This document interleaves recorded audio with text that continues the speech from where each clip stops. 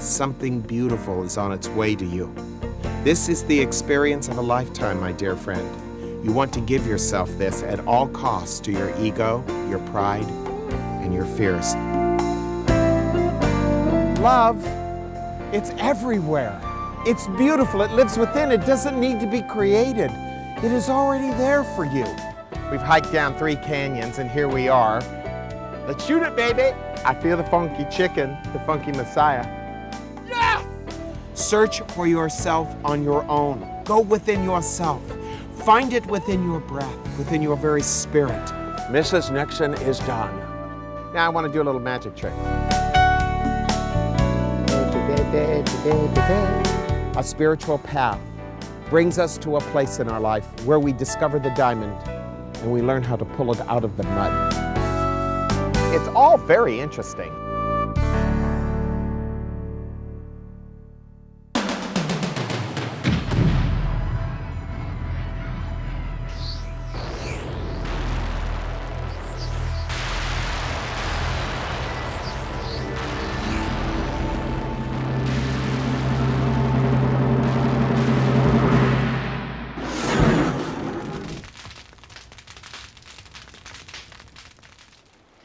Welcome to our series on passing through the fires, personal transcendence, and the secrets thereof. Hey, listen, many of you watch Aspire and you have asked me many different questions about what a spiritual path is all about.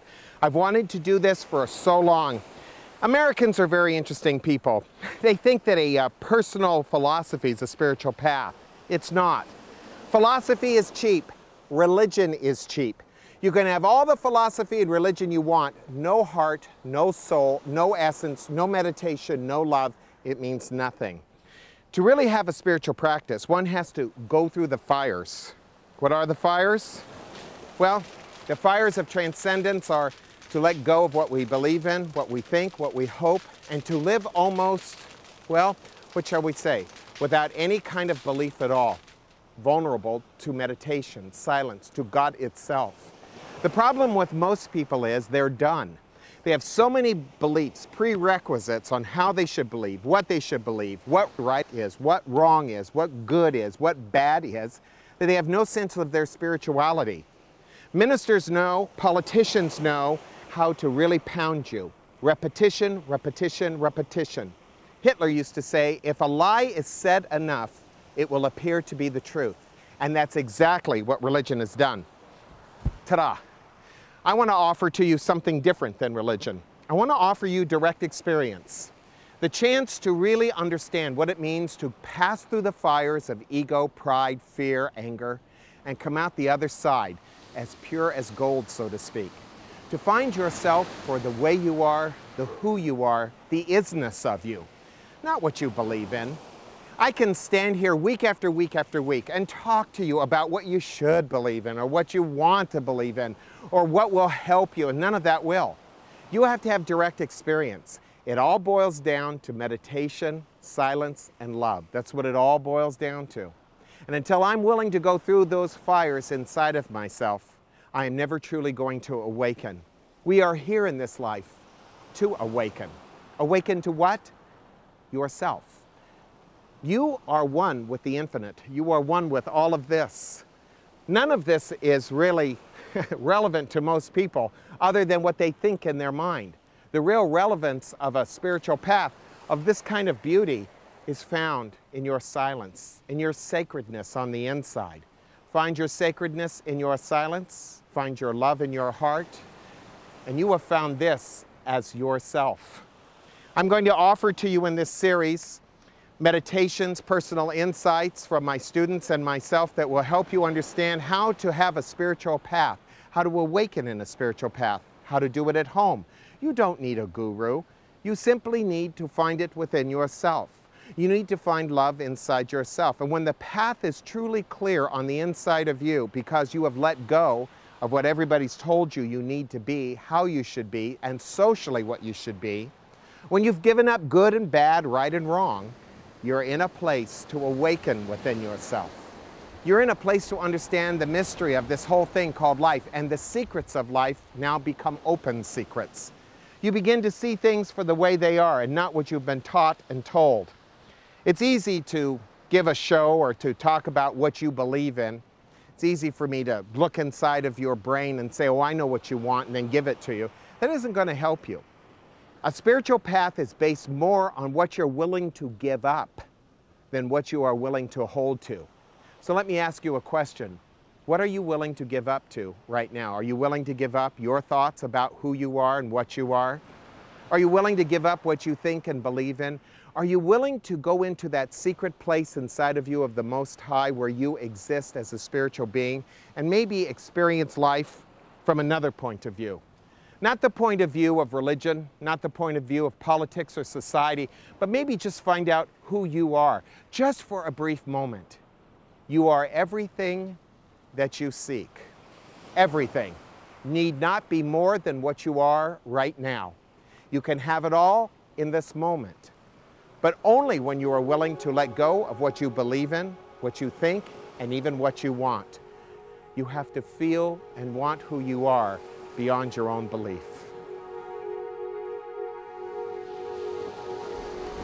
You know, after my entire life of living my parents' life and being indoctrinated into this society, I'm really here to see and to feel and to touch who I am.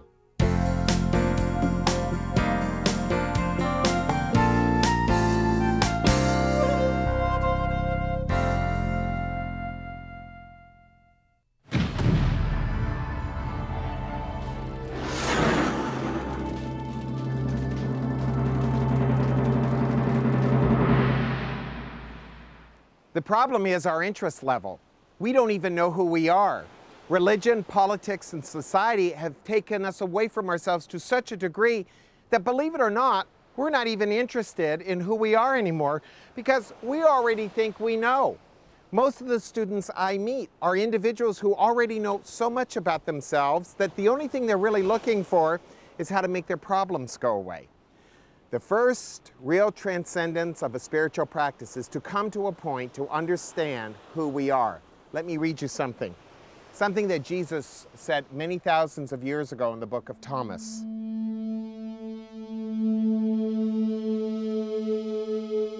I took my stand in the midst of the world, and in the flesh I appeared to them. I found them all drunk. I found none of them athirst. Very interesting statement. We don't care. Buddha, he used to tell the story, and I love this story, about the man who comes to him and says, I thought everybody could be enlightened. You talk about everyone wanting to be enlightened, yet I see no one enlightened. Buddha said, I want you to go to the home of everyone in the village and write down what is their main interest in life. It was a small village, so the man goes to all the homes in the village, writes down their names and what their interests are. He comes back, and Buddha said, now, how many of those people said that their major interest was awakening? And the man looked at him and said, none. That is our problem. We don't think it's important to know who we are on the inside. We've let our mother, our father, our family, our friends, our religion, our politics, our money, our possessions, all define us. You are none of the things you were taught. You are none of the things you were told.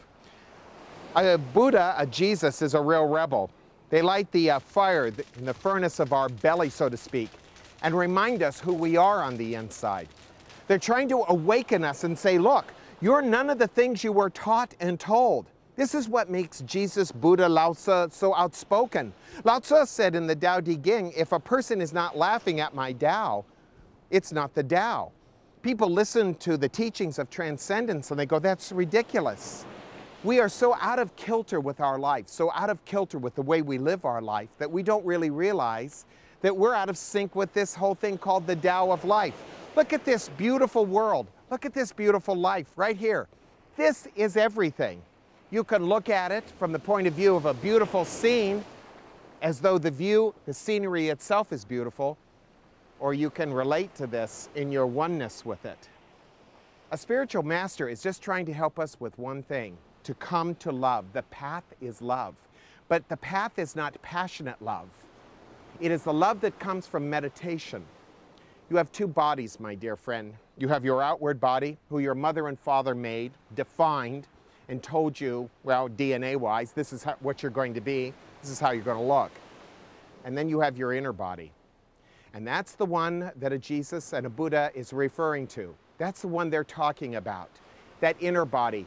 When Jesus stood and talked to his disciples and said, "Blessed are they that do hunger and thirst after righteousness," do you understand what he was saying? Blessed is the person who wants to know themselves beyond their own body, their own mind, their own opinions, their own thoughts. Now let me ask you something. Are you willing to let go of everything you believe in and everything you think for the sake of finding yourself? Are you willing to let go of what you believe in to find who you are on the inside? You've let everyone tell you who you are up to now, and you've fought to compensate for what they've told you. Someone said you were stupid, you tried to be smart. Someone said you were ugly, you tried to be handsome or beautiful. Someone said that you didn't know, you studied and gained knowledge to try to pretend like you knew. What if I said to you, just the way you are, nothing added, nothing deleted, everything is just perfect? A spiritual practice is going through the fires, burning away, so to speak, at the things that are false to find the things inside yourself that are true. It's really about letting go of more than what you think. It's letting go of all the things you've believed in about yourself. Truthfully, most people don't want to give that up. They've worked all their life to come to the beliefs they have right now, and that's what keeps us from knowing who and what we really are. That's the problem. We're not willing to let go and find out who and what is.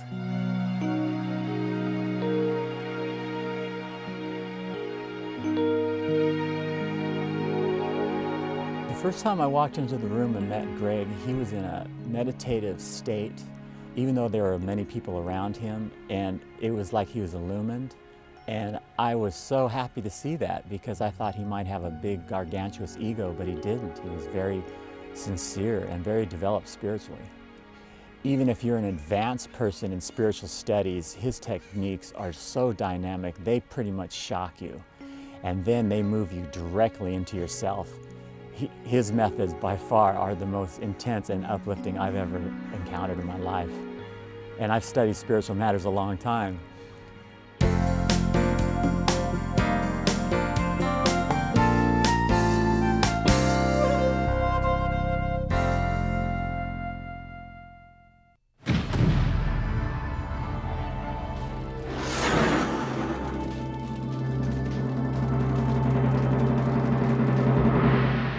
For many years on Aspire, I've wanted to share with you some of the meditations that we do at Asilomar and workshops, a way of showing you how this all works and what meditation can be.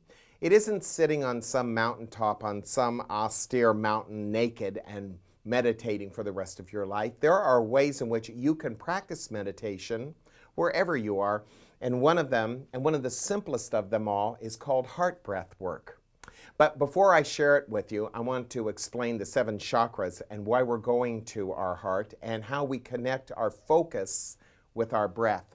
There are 7 different chakras in the human body. Remember, you have 2 bodies. You have your human body, and then you have your spiritual body. What we're going to be doing is going to the root chakra, which is the first chakra that we have, which is life chakra. This is where life comes from. It is the force of life. It is connected to the base of the spine, the genitals. Then we have the second chakra, which is the Hari. That is your belly button. And right there is the nurturing aspect of your energy. The next one is the solar plexus, where there is emotion. The next one, of course, is the heart chakra. You have the throat chakra, the third eye, and the crown chakra. What we're going to be working on today is strictly the heart chakra. And you can do this little exercise, let's say in the car. You're at a business meeting and you're feeling very stressed out by business or what's being discussed. You're losing your perspective, or you're in your head and you can tell that you're not feeling what you need to feel to use your intuition to see how things could work, a bigger picture, so to speak. So all you have to do is go behind your heart and start breathing. And what I want you to imagine is right around your heart, there is your nose and your mouth and your eyes and your ears. In other words, your whole focus is right here. In a normal day, our whole focus is up here in our heads. So you're like dropping down into your heart, and what you're doing is breathing in and out of your heart. Your nose, your mouth, your ears, your eyes, everything in and out of the heart. over and over, very slowly, breathing in through your heart and out through your heart.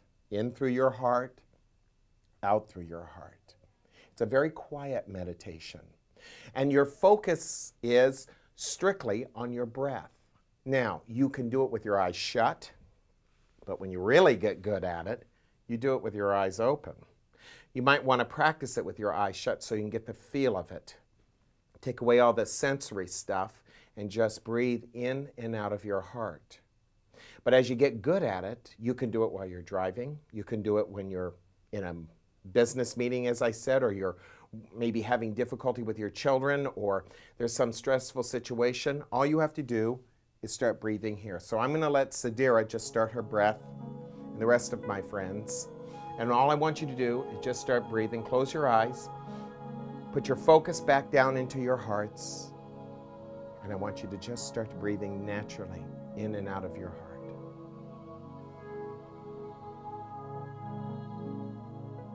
In this posture, what they are doing is detaching from their thinking. They're not thinking about what they're worried about. They're not concerned about right and wrong, good and bad. They're simply breathing from their heart chakra. And they're extending their breath in and out and focusing their breath on in and out. A very simple thing to do. A very powerful thing to do.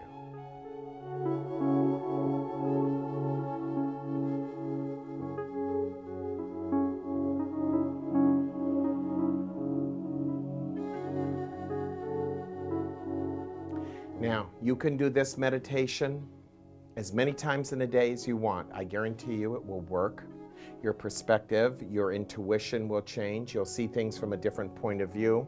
You'll start looking at your life from a different perspective. You'll see a much broader sense of what is possible. You'll reconnect to your feeling nature and be able to go back to your day refreshed, or go back to that moment and stay in your intuition. Don't abandon it. Everybody has it.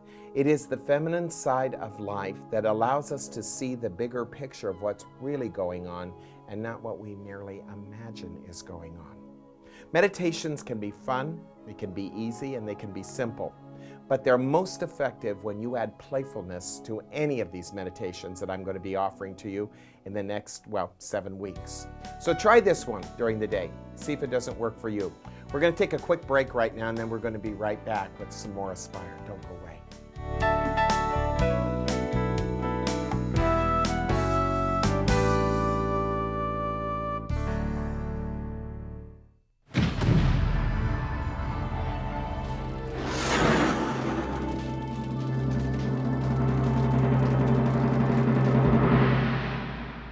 You know, I was just sitting here thinking about some of the things that Jesus said. I took my stand in the midst of the world, and I found them all drunk. I found none of them athirst. And as I look at this fire, I think of what we must pass through, what we must be willing to give up to enter into the very essence of ourselves. We have to give up our knowledge. We're drunk on our knowledge. We're drunk on what we think we know. People come to conclusions about life, about love, about God, about truth. Entering into the fires, passing through them, simply means that we reduce what it is that we know to nothing. And in that nothingness, we find the gold, the real knowledge. It has nothing to do with what we think. It is what we feel. There's an old Buddhist story, and it's a wonderful story about Maya, the god of ignorance and foolishness. Maya and his disciples were watching a man who had suddenly become enlightened, awakened a little bit. He had found a great truth. One of the disciples looked at Maya and said, "Aren't you disturbed by this, that this man has found this great truth? Maybe he'll start going and teaching others." And Maya said to his disciple, "Don't worry about it. Sooner or later, he'll turn it into belief and knowledge, and it'll all be lost." That's exactly what happens to us. We have these great masters, these Buddhas, these Jesus, these Lao Tzus. And what do? Well, we write books about them, and we talk about their theological and psychological theories. We talk about the things they believed in. We talk about the things that they taught, and we write them down in a book. And then we think after we've read the book that we understand it. I don't understand anything in books. Books are not what life is really all about. So I toss my knowledge into the fire of my own being. I have to be willing, if I am smart enough on the inside, to let go of the things I believe in and the knowledge I've come to believe in for the sake of the experience of what I need to find myself. It's going to do me no good at all to fill my head up with one more bit of knowledge, one more piece of information for me to ignore my heart, because the head always overlooks the heart. Passing through the fires simply means that I let the fires of transition, the fires of love, the fires of compassion burn away everything that is false in me. That's why I chose the symbol of fire. That is a part of the elements. Fire dances on the wood and eats it up. And what is left is what is really pure. When you look at your own life this week, maybe going into your week, I hope that you will look and see, what is it that I really know? What is it that I really believe in? What am I willing to throw in the fire of myself and find as a way of life? Thanks for being with me. Namaste. Welcome to this very special series on entering the fires, personal transformation. I know, it's a warm-up. We're going right back. We'll do it again. I'll get it right. Welcome to this new series on entering the fire. Look back over to the right here a little bit. Okay, keep your eyes focused right about there, okay? Otherwise your nose plays big.